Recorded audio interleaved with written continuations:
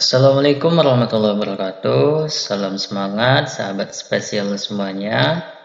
Apa kabar? Semoga dalam keadaan sehat walafiat.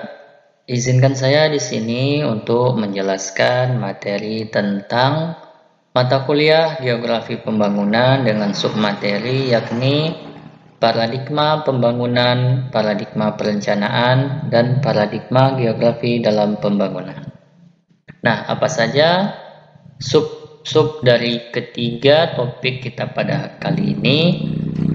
Baik, di sini saya akan menjelaskan tentang apa-apa saja rangkuman dari materi dari topik yang akan kita bahas kali ini. Nah, kita masuk yang pertama.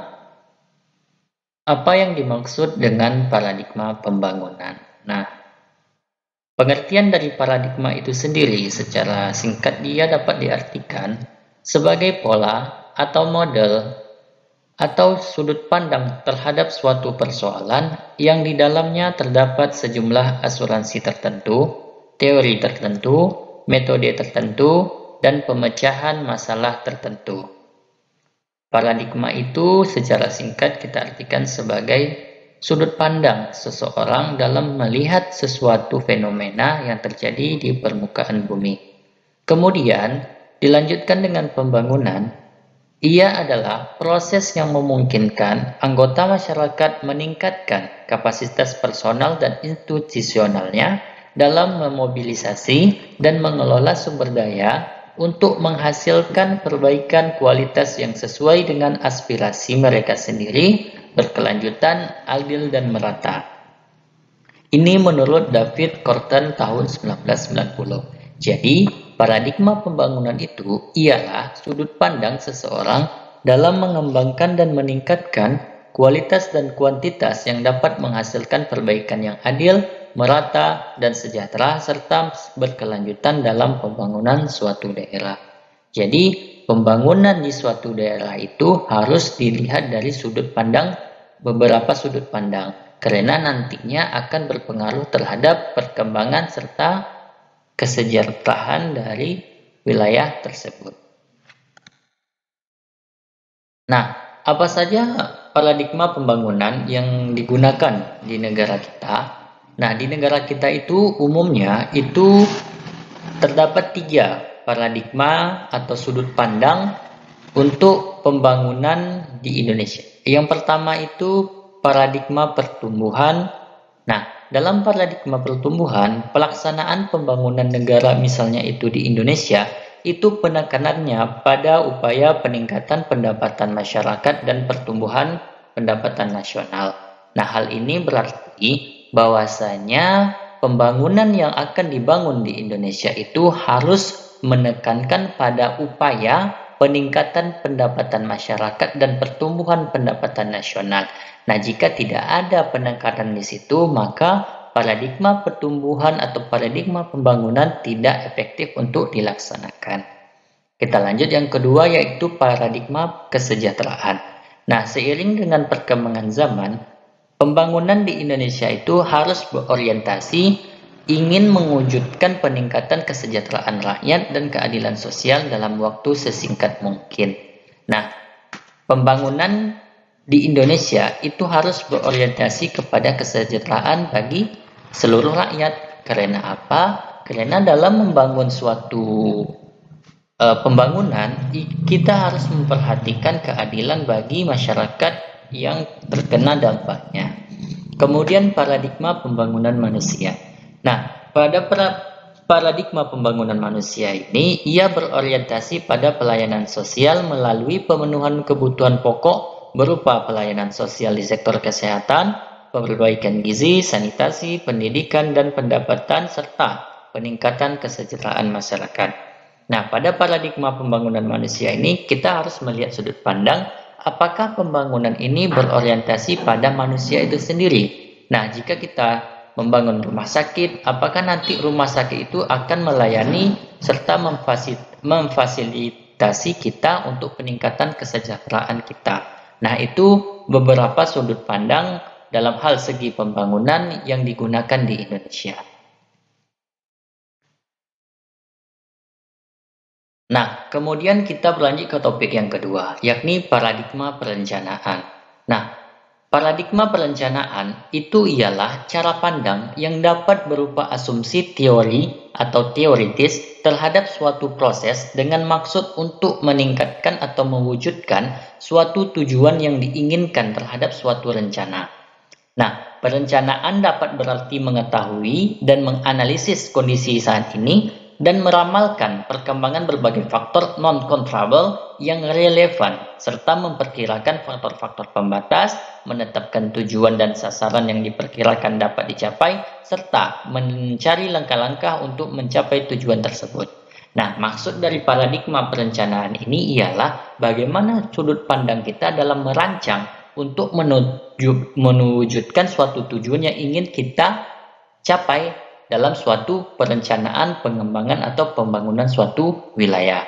Nah, terdapat 4 elemen dasar dalam perencanaan. Yang pertama yaitu merencanakan berarti memilih. Maksudnya apa? Maksudnya ialah kita merencanakan, tapi kita harus memilih apa yang kita rumuskan, apa yang kita ingin capai itu harus kita rencanakan dan kita berarti memilih di situ.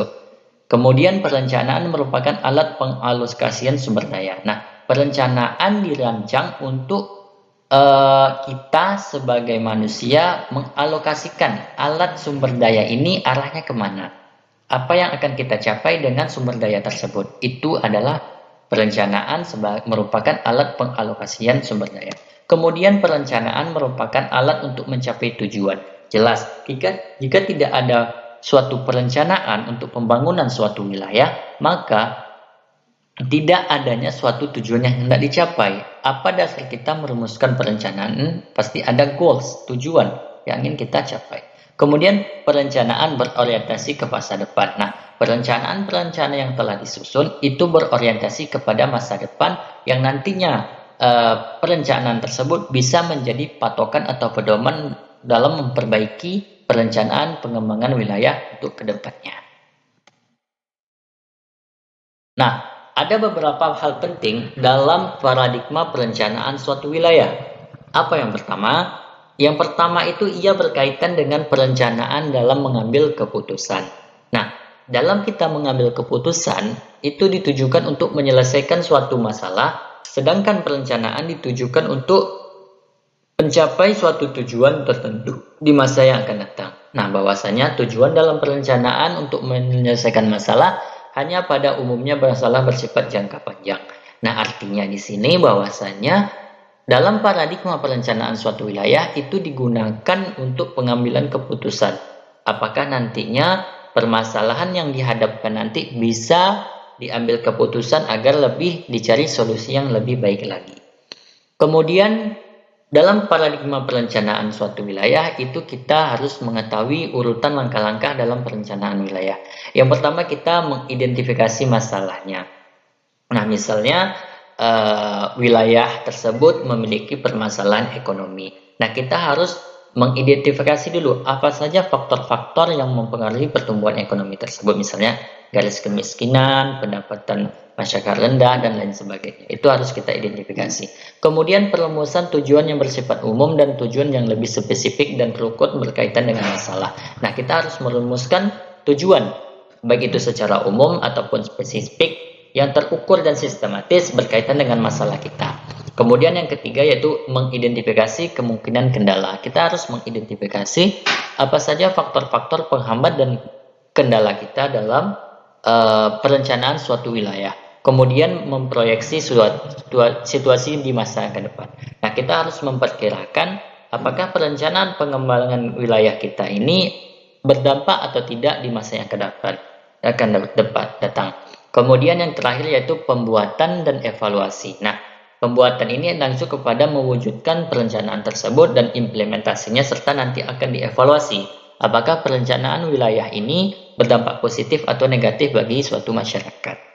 Kemudian yang ketiga yaitu hal penting dalam paradigma perencanaan suatu wilayah ialah mengapa wilayah itu perencanaan itu dibutuhkan. Nah, ada beberapa hal. Yang pertama, dibutuhkannya perencanaan suatu wilayah untuk mengetahui potensi wilayah. Nah, potensi wilayah ini maksudnya adalah perencanaan disusun, dirumuskan untuk mengetahui wilayah ini apa saja potensi yang dapat dikembangkan, baik itu dari sumber daya alamnya, sumber daya manusianya, dan sumber daya yang nantinya bisa mendapatkan income dari wilayah tersebut. Kemudian kebutuhan lahan. Nah, perencanaan wilayah itu diperlukan karena untuk kebutuhan lahan. Terkadang kita membuat atau membangun suatu wilayah tanpa adanya perencanaan, nanti lahan yang akan kita untuk pembangunan tersebut akan bermasalah. Maka dari itu perencanaan wilayah diperlukan untuk kebutuhan lahan. Kemudian untuk kemampuan teknologi. Nah, perencanaan wilayah nanti akan bersanding kepada kemampuan teknologi. Kemudian untuk potensi alam. Nah, baik itu sumber daya yang tersedia seperti mineral-mineral yang nantinya akan direncanakan untuk menambah pendapatan daerah tersebut. Kemudian tatanan wilayah. Nah, perencanaan wilayah berkaitan dengan tatanan wilayah. Bagaimana cara tata ruang atau perencanaan suatu wilayah dalam hal segi pembangunan untuk menata mana yang kawasan hijau, mana kawasan industri, mana kawasan hutan lindung, dan lain sebagainya. Itu merupakan hal-hal penting dalam paradigma perencanaan suatu wilayah. Nah, kita masuk yang materi yang ketiga, yaitu paradigma geografi dalam suatu pembangunan. Nah, paradigma itu merupakan sudut pandang, sedangkan geografi itu kan merupakan suatu ilmu yang mengkaji fenomena-fenomena yang terjadi di permukaan bumi, sedangkan pembangunan itu adalah subdisiplin ilmu dari geografi manusia itu sendiri. Nah, paradigma geografi dalam pembangunan itu mencakup berbagai pandangan dan pendekatan dalam memahami hubungan antara geografi dan proses pembangunannya. Nah, paradigma geografi dalam pembangunan memberikan landasan teoritis dan praktis bagi pemahaman dan pelaksanaan pembangunan berkelanjutan yang berbawasan lingkungan dan sosial. Untuk paradigma geografi dalam pembangunan, ia merujuk kepada pendekatan atau kerangka kerja yang digunakan dalam memahami dan menganalisis proses pembangunan di suatu wilayah atau lokasi. Jadi maksud dari paradigma geografi dalam suatu pembangunan itu ialah geografi itu menjadi sebagai objek atau lokasi suatu wilayah, yang mana wilayah tersebut akan dibangun suatu pembangunan yang nantinya akan digunakan beberapa pendekatan atau perencanaan dalam membangun di wilayah tersebut. Jadi geografi itu menjadi peran penting. Karena apa? Karena geografi bersangkutan dengan aspek wilayah. Jika tidak ada wilayah, maka pembangunan tidak dapat dibangun. Maka dari itu geografi memiliki peran penting dalam pembangunan suatu wilayah. Nah, ada beberapa paradigma geografi yang umum digunakan dalam konteks pembangunan. Yang pertama yaitu pembangunan berbasis lokal. Nah, apa saja sih pembangunan berbasis lokasi ini? Nah, pembangunan berbasis lokasi ini menekankan kepada pentingnya lokasi dalam pembangunan ekonomi. Nah, faktor-faktor seperti aksesibilitas, ketersediaan sumber daya alam, infrastruktur, itu menjadi fokus utama dalam pengambilan keputusan pembangunan. Yang kedua yaitu pembangunan berkelanjutan.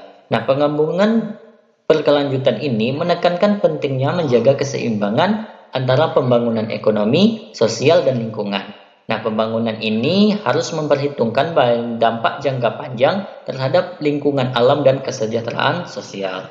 Yang ketiga yaitu pembangunan partisipatif. Nah, ini lebih menekankan kepada pentingnya partisipasi masyarakat dalam proses pembangunan. Nah, pendekatan ini memperhitungkan kebutuhan aspirasi, pengetahuan lokal, dan merencanakan serta melaksanakan proyek-proyek pembangunan.